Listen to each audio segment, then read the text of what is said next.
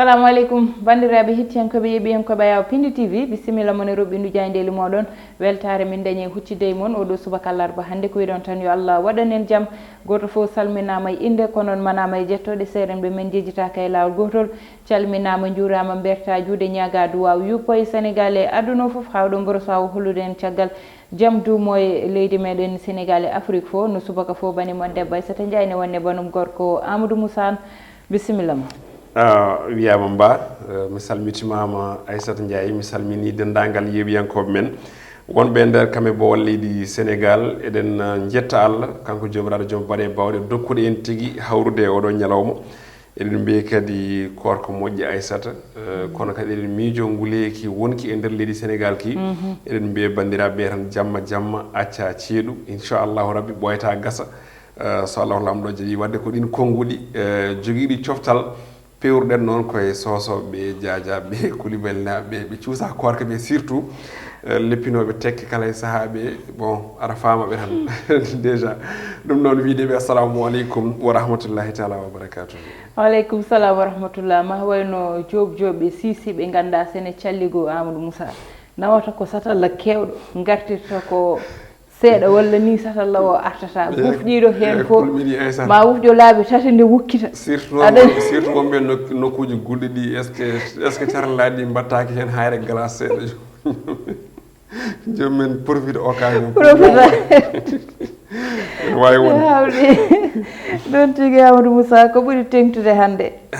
Aissata ene wayno ene jeeya ko ɓuuri tengtude ko kabaru gonɗo ɗo e leydi meɗen guila ɗeɗo balɗe kala woni cuum wonnongo toon to hôpital Magatte Lô mbo Linguére oɗo saaha de ɓe kolliti wonde ko directeur on ɗon hôpital ene wayno de o acciti ngal ɗon gollal ɗum ɗon noon woni ko jayde ɗi pini dawi e oɗo subaka hande mo gonɗen jayde critique ko noon tigui ko nden goɗɗitirten damal nden ɗon wi ko hôpital Magatte Lô mbo Linguére oɗo saaha de caggal nde o joopa peɗeli walla mbiyande nokku makko joopa peɗeli to banggue welsindare koye on tuma directeur on ɗon hôpital biteɗo hono Abdou Sarr kañum de ummi e kadon laana wonko e nder maayo hewga ben peeje yidde widde ɗo caɗele ɗe guuli jawɗo ko ɗon tigui kanko mo ganduɗa ko directeur o holliti wonde accirde ngal ɗon gollal e on tuma noon rapport on ɗon parannoɗe ko yewitti e cumu gon ɗon ɓe kolliti wonde de yettima e tabal mo leydi Macky Sall tawi de ɓuuri hen artude ko welsindare ɓe ganduɗa ɓe ko ɓen renanno ɓen ɗon sukaɓe ɗen ko guudi jajino tawi hello tati e nde jayde critique li quotidien ko wi nden ɗon raɓɓikini koye kongude nde wide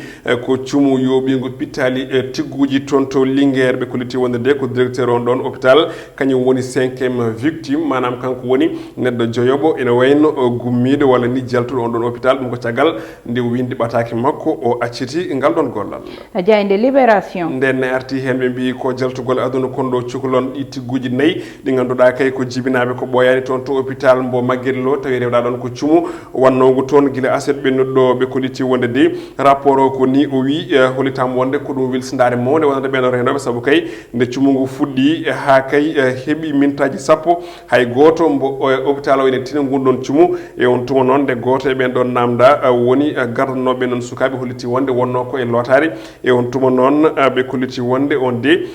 janggo makko ene faada e oɗo hono alarba hande e on tuma noon hawri koye directeur on ɗon hôpital ene acciti ngal ɗon gollal ɗin ko guudi jajine tawi hello joyyi e nden jayde e libération jayde le soleil nden ɗon ari e fannu goɗɗo ɓe gari koye jokkodiral e jottodiral hakkude leydi Sénégal e leydi Mauritanie oɗo saaha noon ko comité mo ganduɗa kam tambi peeje oɗo projet biteɗo hono Grand Tortue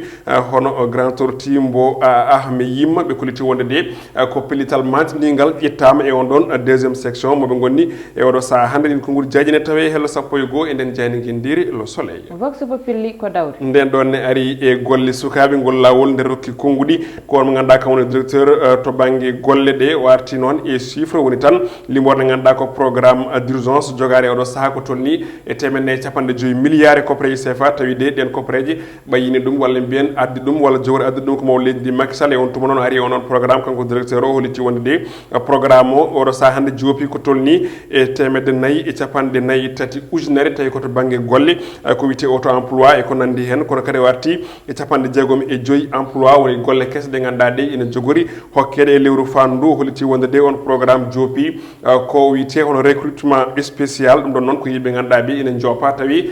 ko joguiɓe golle hani e jopaɓe fanno holliti wonde de ngal gollal ma yañi hono kay on programme oɓe guinniri nabbar kono ɗum ko noon ɓe garti kadi ko yewti e fannuji kewɗi e to banggue limore nde ganduɗa nde kay hande ne joopa e golle sukaɓe ɗi ganduɗa ko gam fabade ɗumen e ŋakkere golle nde ɗin ko guuɗi jaaji ɗiyan ɗon directeur ne tawe hello ɗiɗi e nden jayde vox populi jayde quotidien le quotidien nden arti koye natal Cheikh Oumar Anne jaggoɗo tambiɗo gueɗe jangde towde leydi meɗen Sénégal ɗum ɗon ko joggal toon to université ɗi ɓe koliti wonde de ko ha joni tan ko piile walla mbiyen konguɗi ganduɗa ɗi o suuti ɗum kanko Cheikh Oumar Anne yo faari ɗum e ganduɗa kañumen goni yoga e syndicat ji ɗi ganduɗa ɓe holliri wonde ngala kattanɗe e mbawka kono kadi e jopanɗe mantinide gam wadde orienté yoga e gueɗe ɗin konngol makko jaaƴine tawe hello tati e nden jayde e le quotidien l'observateur nden ari koye dawrugol nde yurni ko oɗo commission politique du dialogue national gonɗo yaade leydi men oɗo saaha hande ɓe kolliti wonde de won peeje e miijoji jogaɗi gam ha joni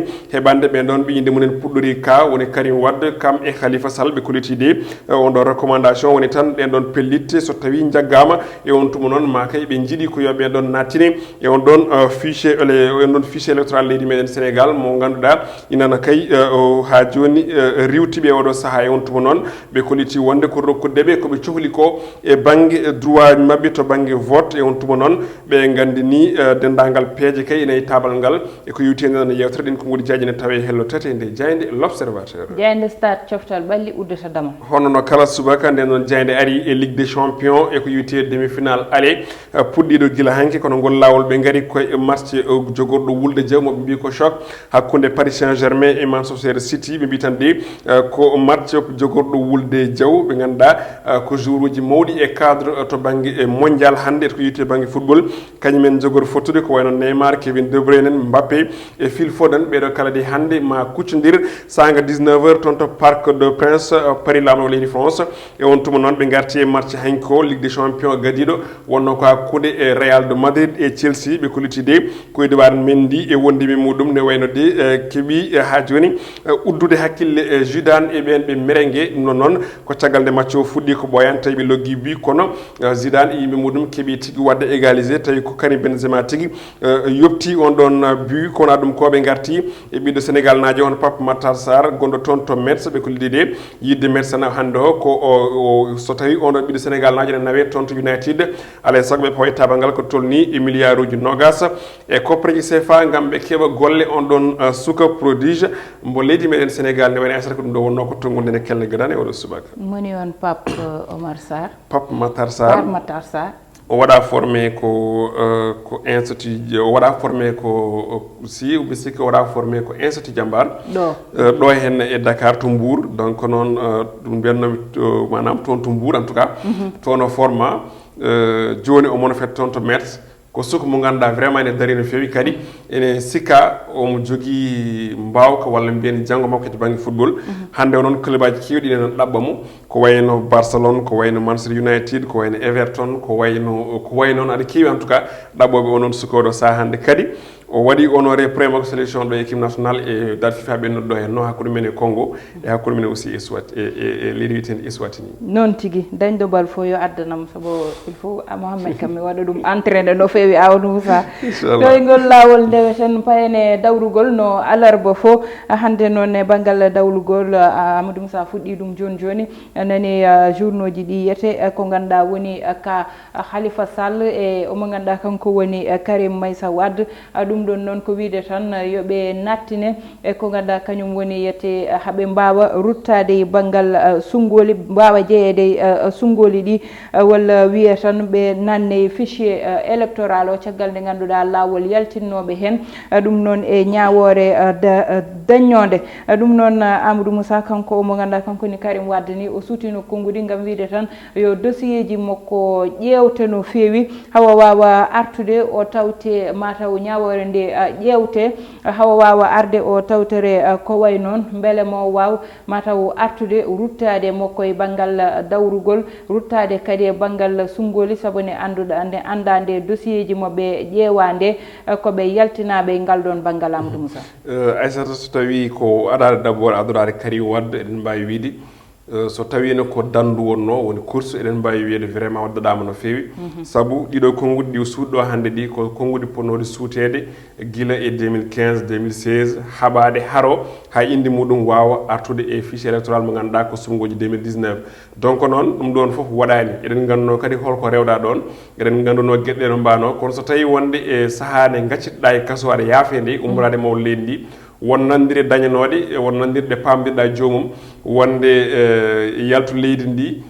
haala ka deƴƴi kedɗa e leydi ndi kedɗa e kaso holɗum ko ɓuranma jomum suuɓi ko yaltu leydi ndi donc firti kala ko fawno e ma an a jaaɓi so ruttima hannde aɗa wi wonde mi jaɓani mi salima il faut procès o jurnete mi laɓɓina hoorema jeeya sénégal naaɓe ɗum ɗon mbi sikki yimɓeɓe kangaka e oɗo saaha hannde eɗen mbawi noon ko on banggue o daɗama no fewi ko noon e kadi to banggue omo ganduɗa ko Khalifa Sall kañumni hasinno tawi wodino no waɗirno gam salade woto hebde honko Karim Wade hebti ɗum ko kono hata kamɓe foof ne wayno ñaworde nde haaɗiɓe jeeyde e sumgoji battidiɗi ɗi en jiiɗum o saaha ɓe goni koye haɓade gam ɓe mbawa waɗe réintégré ɓe ganduɗa ko woni sumgoji 2025 walla 2024 jaafa ɗon woni sumgoji hoye leydi kono kadi eɗen gandi hakkude ɗo e nden ne waɗi sumgoji goɗɗi sumgoji local e sumgoji législatif foof nan ɗo donc noon ɗin durwaji ɗimi goni e ha joni erare wawa amnade gaga ɓe laɓɓinaka walla ɓe keɓani ko wiyete ko loi amnesty woni ɓe mbaɗaka amnesty toon to assemblée nationale on loi worte ko toon to ganduɗa ko woni assemblée nationale ɗum noon fawto ko wiide so on loi ɓenne dow koye jomumen noon wiyete wonde komin jaaɓi ko fawno e amen ko nden on yaafa on tumamuya amin jiɗɗum yaafere donc dawe toon to assemblée nationale so namto to assemblée nationale député ɗi kala goota so kawri e yoɓe jaaf ɓe jaafe wona ɓe mbatte réintégré donc noon so tawi hannde o eɗen mbawi ɗum ɗo ko ɗum deal mo ganduɗa moƴƴani mabɓe kamɓe ɗiɗi fof saabu koɓe leader uji ɗi ganduɗa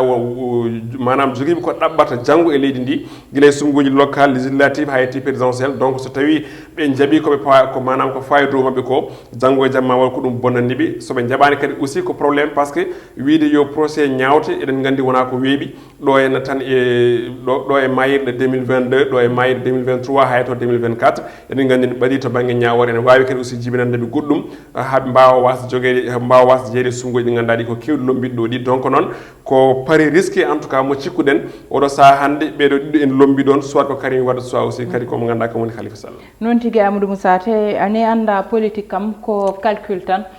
goto e goto walla ɗiɗi e goto walla tati e joyyi ɗum noon koko ganduɗa goto fo so woodi situation dañɗo e leydi goto fo wiyat ne waɗa hen profito ma ka o mo ganduɗa kanko woni Karim Wade saabu o ƴewtidama dande makko wayri nanede ɗo sona haala makko ni saaha nanteno koye batake ganduɗa amo windanno ɗum o waɗa ɗum pose walla o nelda ɗum koyejen walla voilà nan ɗon koye ɗum tan konngudi makko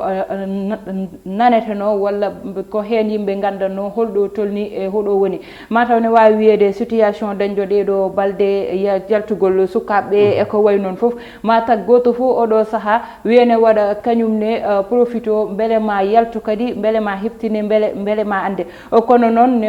politique kam haare mum mataw ɓennata hay so tawi o ala e nder leydi ndi hakkille makko mataw nani e nder leydi ni oɗo saaha beele ne wawi wiyede kanko ma o arta nder leydi ndi Amadou Moussa walla ko mbimi ko wona o watta profito koye situation o no yaari ni wiidemo yomi wat feere ɗo joni mi rutto walla mi hollita hooram beele ɗum ɗon ɓennani oɗo saaha saabu o jooɗima sungoli ɓenniɗo Amadou Moussa ko heewi ɓenniɗo o nana ka o yiyaka te kadi yimɓe makko ne mbayno ko hulnoɓe darade ni kaɓanoma rande Aissata ko jiren ɗo henne ko Karim Wade dogɗo responsabilité muɗum andi hande to gonnen ɗo guesa politique ba ene yaaji ha ɓurti wonɓe ganduɗa gandirno koye politique hande cuppitima manam jaltini koye inana mbaɗa ko beela e nder leydi ndi inana ɗaɓɓa yimɓe ina kebte ko way noon donc noon kanko Khalifa Sall kanko Karim Wade jaafa ɗon gonɗo toon to Doha e ñalawma hande o ko tolni hande duuɓi limtinɗi déjà eɗen mbawi wiide a wawa wonde a wawa remoyde guesa janane mbiya guesa ma yo woɓɓe ndemane jiɗɗen wiide ɗo henne koɓe acci ɗo hende ɓe ɓen ɗon ene wayno mbawa lomtademo e darde nde fonno darade nde saabu eɗen gandi yimɓe fof ne ganduno omo ganduɗa ko kanko Karim Wade yiyatno kanko wonano lomto babiraɗo to banggue parti o voire ni to banggue gardigu leydi ndi kono ɗum ɗon laataki e on tuma noon so tawi o dañi caɗele baɗni hen o fayi caggal leydi kala e sac téléphone kala e sac ɓatta ko woji fewde militant ji makko ɗum ɗon mi sikki yonani wadde convaincre yimɓe ganduɗa ɓen keddiɗo hen so tawi a yiiɗi hunde noon alay saago gara tampida yimɓeɓe sa yiiɗi remde guesa alay saago gadda jalma ndemda yimɓeɓe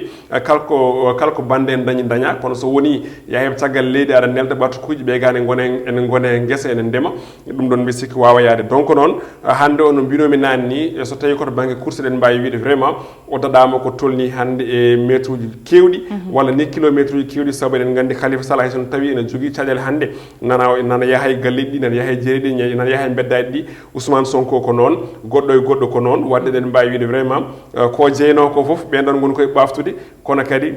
eko jogorno faade makko ko foof ɗum ɗon hande joguimo huritade woni jiyanimo daranto o jiyanimo kaɓanto o wadde ɗo jojjiɗo tan vraiment ko muusi ko foof ko hamni ko foof ko ara o wi mbeɗeni so ñawore nde ene watte nde watte so ñawore nde aussi so mboɗo yaafe aussi mi yaafe mi wawa ene wayno jokkude gollam ɗe pommi wadde de en tant que opposant noon tigi Amadou Moussa e konngudi ɗabbi tan mataw ne wawi wiyede so ko way noon soɓe dokkaka ɗum soɓe nattani e fichier électoral o mataw ne wawi faɗede ko wayno ko dañno Gambi ko nde oɗo soka yete leader o soka nde no waɗi remplacé Adama Barrow mataw ne wawi faɗede moɓɓe ko way noon so tawi ɓe dokkaka ko way noon ɓe ƴeewa ɓe woɗɓe ɓe ganduɗa jogori lomtaɗe ɓe fichier ji ɗo joni hunde ene wawi wallidde ɓe banggue goto sabu aɗa gandi so tawi projet waɗama enon kuulal ngal wiri woni article L31 et L32 so tawi jomum ñawama ko tolni e duuɓi 5 walla ko ɓuuri ɗum manam ene jogui happu mo jomum hokkete koma happu o timmo e on tuma nde wawa waɗede réintégré on ɗon fichier électoral eɗen cikki noon ɗo e 2024 mbawi waɗede réintégré kono noon probléme o hono manam dawrugol liggante ko adi ñalawma wona yetto ko haala pulaar mbiyata ko ene wayno hirande fewjete ko ñalawma kono ñamoyte ko jamma donc noon nden ɗon feere nde ponno wonde nde so tawi ɗum ɗon yettaki walla koɓe dokkano ko timmani taw timmoyde ko 2024 walla ko ɓaɗi 2024 eɗen mbawi wiide koɓe daɗɗata heeɓe no fewi to banggue hono guesa politique ba noon tigui koye ɗi konngudi guddeten roɓɓindu jayndeli meɗen ko tutude wonadi janggo so Allah lamɗo jaaɓi banimon debbo Aissata Ndiaye wonno banum gorko Amadou Moussa heeɗano e banggal caméra ko Mansour Sow alias Thiat